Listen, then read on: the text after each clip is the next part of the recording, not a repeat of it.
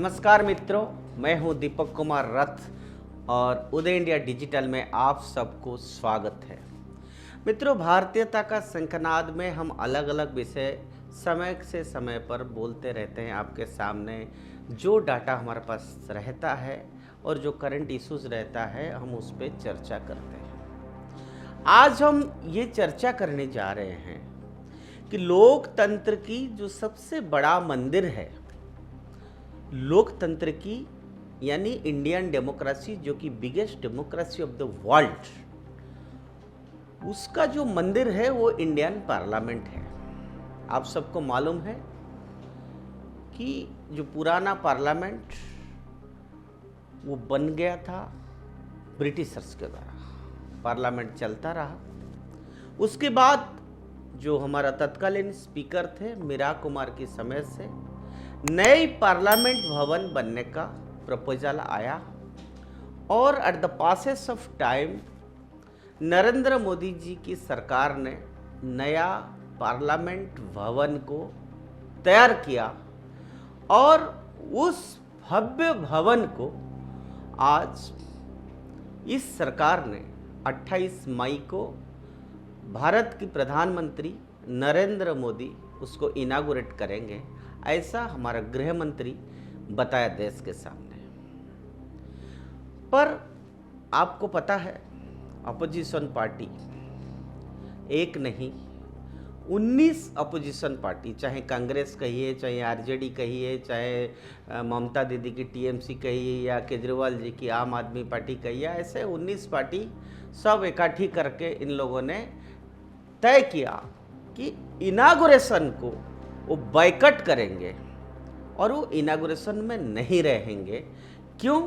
उनका पॉइंट है कि जो पार्लियामेंट का भव्य भवन है वो प्रधानमंत्री नरेंद्र मोदी को नहीं करना चाहिए, बल्कि उन्होंने आज ये लिखा, ये अच्छा रहता कि पार्लियामेंट भवन की इनागुरेशन भारत की महामहिम राष्ट्रपति श्रीमती द्रौपदी मुर्मू के द्वारा होना चाहिए।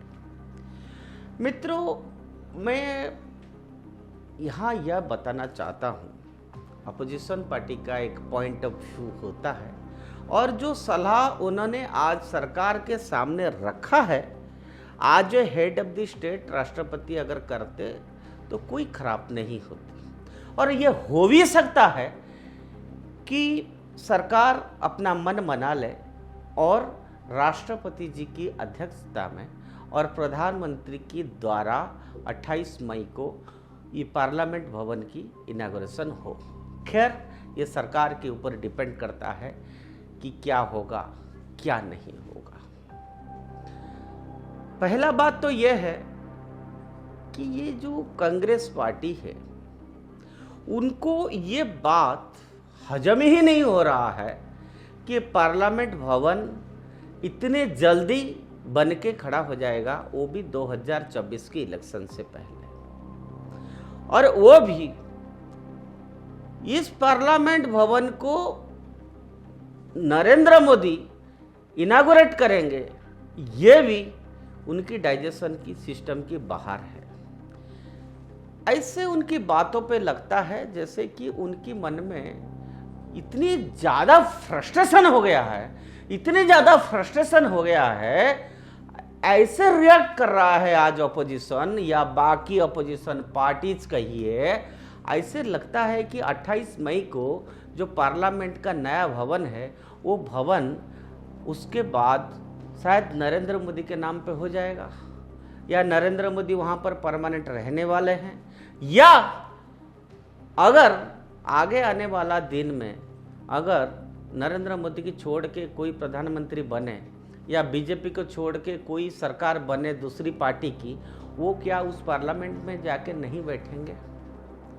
मेरा कहने का मतलब है कि आपको विरोध करने का अधिकार है, आप रूलिंग पार्टी को अपोज करिए, जहां करना है करिए। अलग अलग इश्यूज पे आप विरोध कर रहे हैं, करना आपका अधिकार है, आप अपना मत रखना बिल्कुल सही बात है। लेकिन ये कितना तात्पर्य का विषय है कितना ये आर्गुमेंट सही लगता है आप लोगों को कि हम अपोजिशन पार्टी है, प्रधानमंत्री इनागुरेट करेंगे तो उनको वहां बिल्कुल बाइकआउट ही कर देना।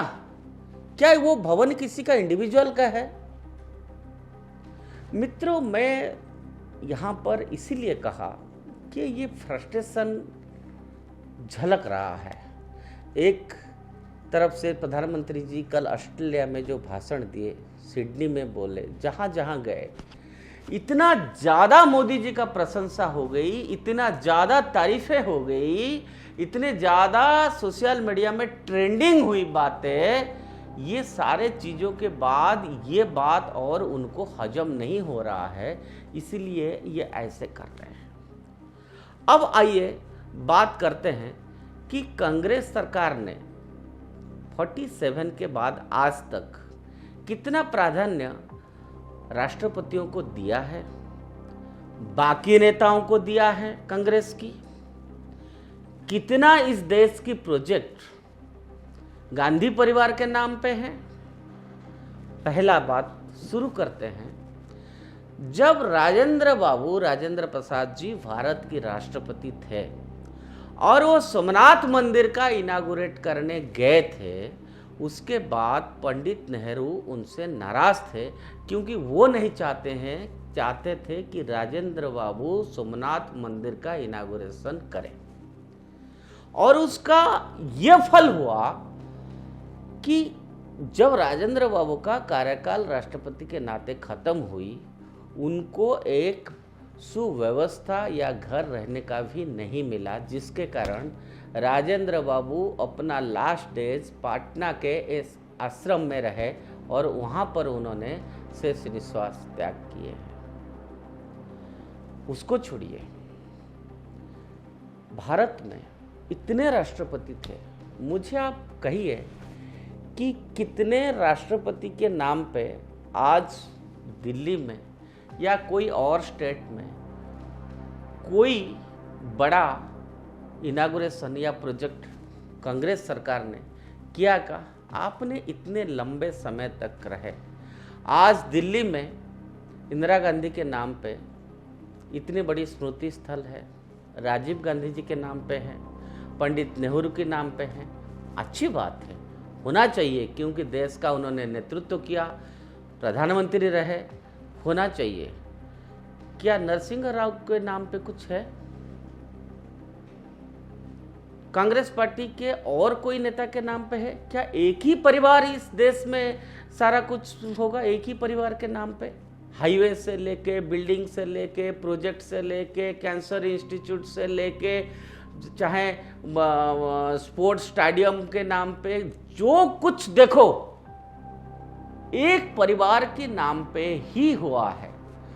तो मित्रों, मैं आपको यह बताना चाहता हूँ, जो लोग या जिसकी घर कांच की होती है, वो दूसरे घर के ऊपर पत्थर नहीं फेंकना चाहिए।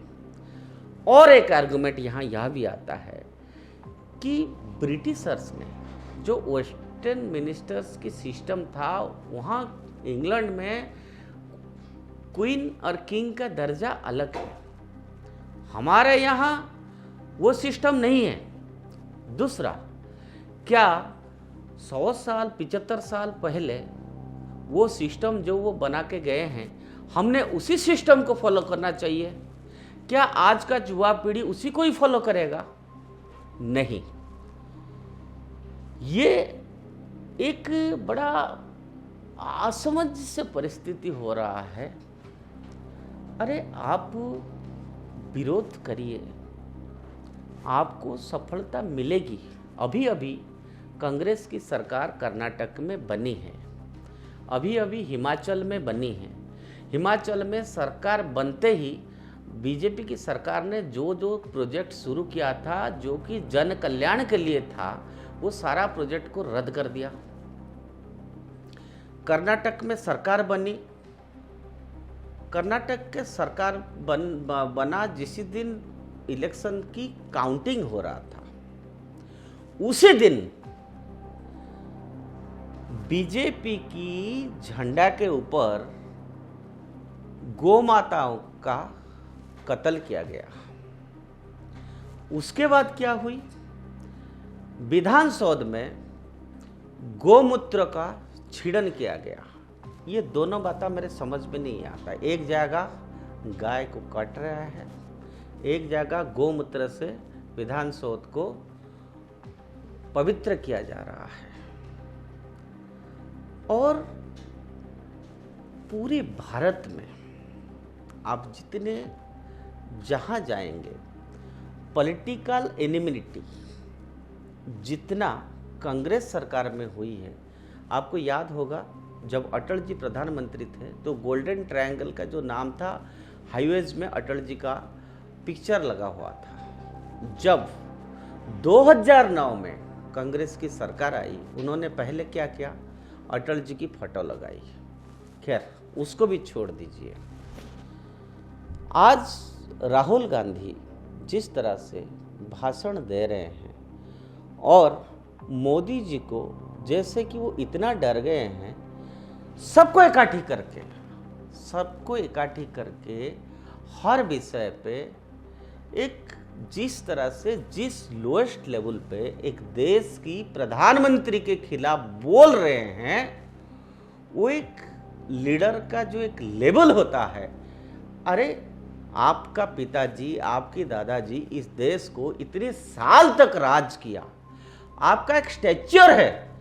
आप कम से कम इतनी बड़े डेमोक्रेसी में ऐसा एग्जाम्पल मत खड़ा करिए कि आगे आने वाला जनरेशन आप पे उंगली उठाए। मैं यह नहीं कह रहा हूं कि बिल्डिंग का इनॉग्रेशन कौन करना चाहिए, कौन नहीं करना चाहिए, बट यहां पर ऑब्जेक्शनेबल है कि एक अपोजिशन पार्टी इंडिया का डेमोक्रेसी का एक बिगेस्ट टेम्पल है जिसको पार्लियामेंट हाउस कहते हैं, उसके इनॉग्रेशन में आप वहां उपस्थित नहीं रहेंगे। मैंने शुरू में कहा कि अपोजिशन का डिमांड होता है, कोई खराब बात नहीं है। हो सकता है इस सरकार तय करे और राष्ट्रपति जी की अध्यक्षता में और प्रधानमंत्री जी की उपस्थिति में वो इनागुरेट हो। लेकिन एक विश्व में जो मैसेज जाता है जी कि हम कहते हैं कि हम मदर ऑफ डेमोक्रेसी है, तो एक जो नेशन मदर ऑफ डेमोक्रेसी के नाम पे पूरे विश्व में जानते हैं, जब पूरे विश्व आज हिंदुस्तान का लीडरशिप को एक्सेप्ट कर रहा है, जब पूरे विश्व में हिंदुस्तान का करेंसी स्ट्रांग हो रहा है, जब पूरे विश्व में आज भारत की प्रोएक्टिव फॉरेन पॉलिसी एक इंडिया की जो इमेज है, वो जो राइजिंग स्टैच्यूर है उसको बढ़ा रहा है, जब पूरे विश्व आज भारत की नेतृत्व को अपेक्षा कर रहा है, ऐसे स्तर पे या ऐसे समय पर हम ऐसे छोटे छोटे बातों पे ध्यान ना देके बड़ा चीज सोचना चाहिए, बड़ा बात रखना चाहिए। देश को, समाज को हम क्या मैसेज दे रहे हैं वो इंपॉर्टेंट है। क्या इस देश की जनता ऐसे आर्गुमेंट को एक्सेप्ट करेगा? नहीं करेगा। और एक हेल्दी डेमोक्रेसी के लिए ऑपोजिशन का जो स्टैंड है वो कहते हैं जस्टिफाइड, जिसको कहते हैं वो जस्टिफाइड मुझे नहीं लग रहा है। मैं हमारा व्यूअर्स के सामने ये बात आज रखा है। फिर भी इस विषय पर हमारा व्यूअर्स का क्या ओपिनियन है, हम आपके फीडबैक का इंतजार करेंगे। आज के लिए इतना। भारत माता की जय।